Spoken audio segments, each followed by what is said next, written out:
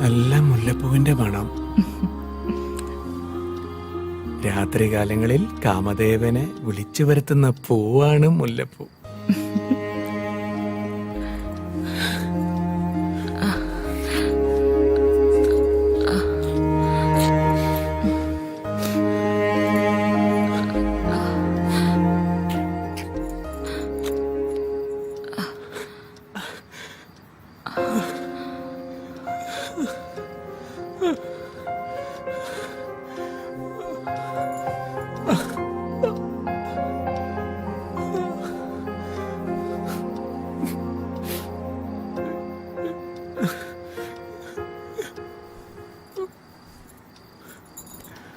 എന്ത് പറ്റി വിഷ്ണുവേട്ടാ?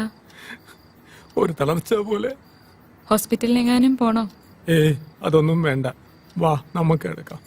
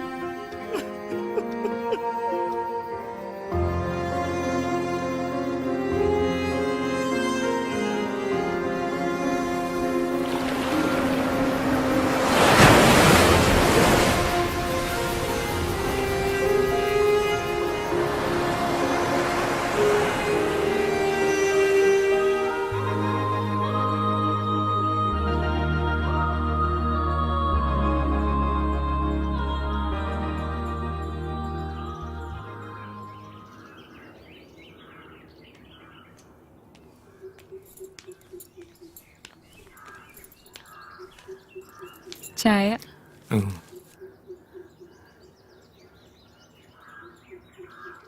ഇന്നലെ ഉറങ്ങിയില്ലല്ലേ?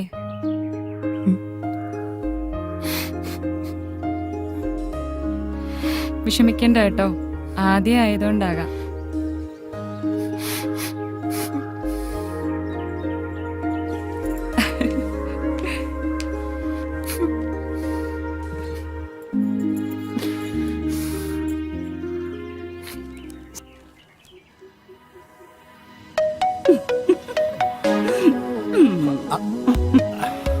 അപ്പച്ചനെ ഞാൻ സമ്മതിച്ചു തന്നിരിക്കുന്നു.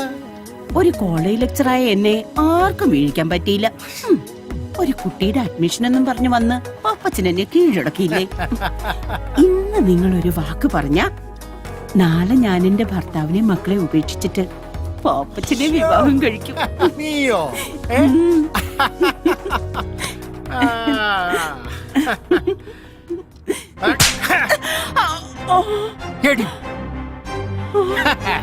കൊള്ളാം, ഭർത്താവും മക്കളുള്ള നീയുണ്ടല്ലോ, എന്നെ കെട്ടാനും നടക്കണ്ട, കേട്ടടി.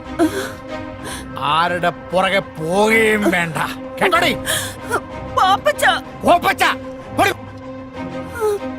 അവളുടെ ഒരു ശൃംഗാരം.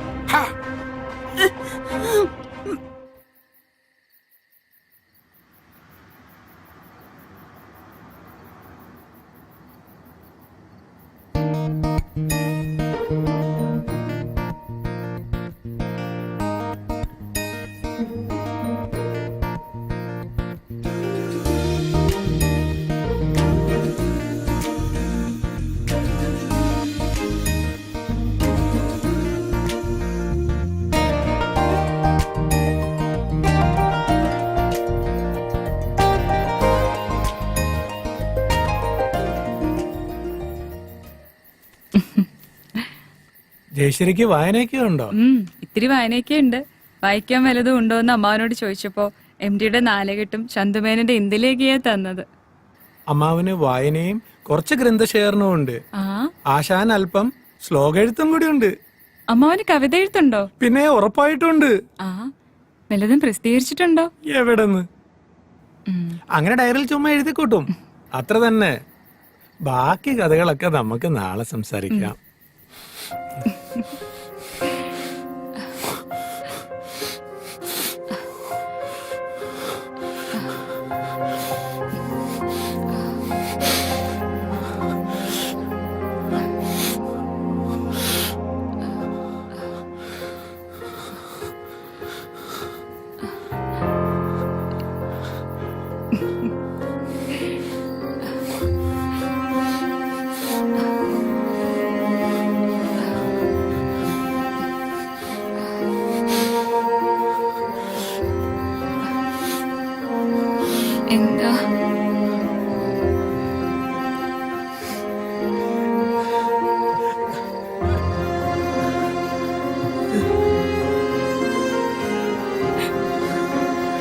വിഷ്ണുവേട്ടാ.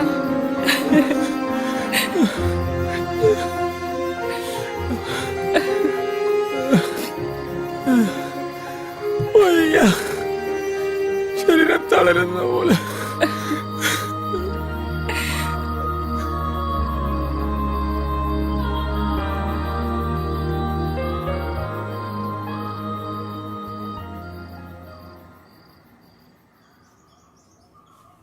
ഞാൻ ഇനി എന്ത് ചെയ്യും?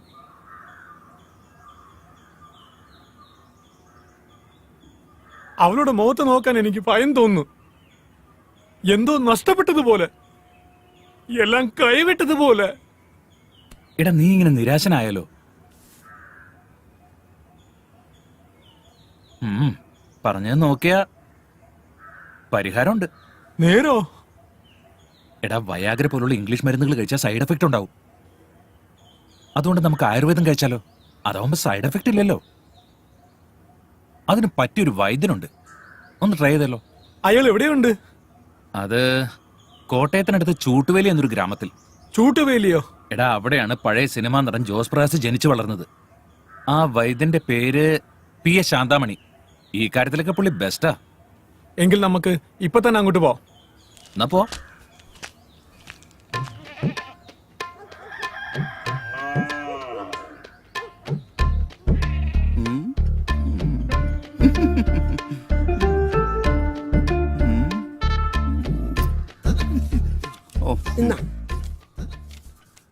അരി 2 കിലോ, മുളക് പൊടി 250 ഗ്രാം, മല്ലിപ്പൊടി 150, ഉപ്പ് 1 പാക്കറ്റ്, ചിക്കൻ 2 കിലോ. അയ്യോ വൈദ്യരെ, ഇത് മരുന്നിന്റെ കുറിപ്പല്ലത്. അതെനിക്കറിയാന്നേ, ഇത് പിടിച്ചേ നീ.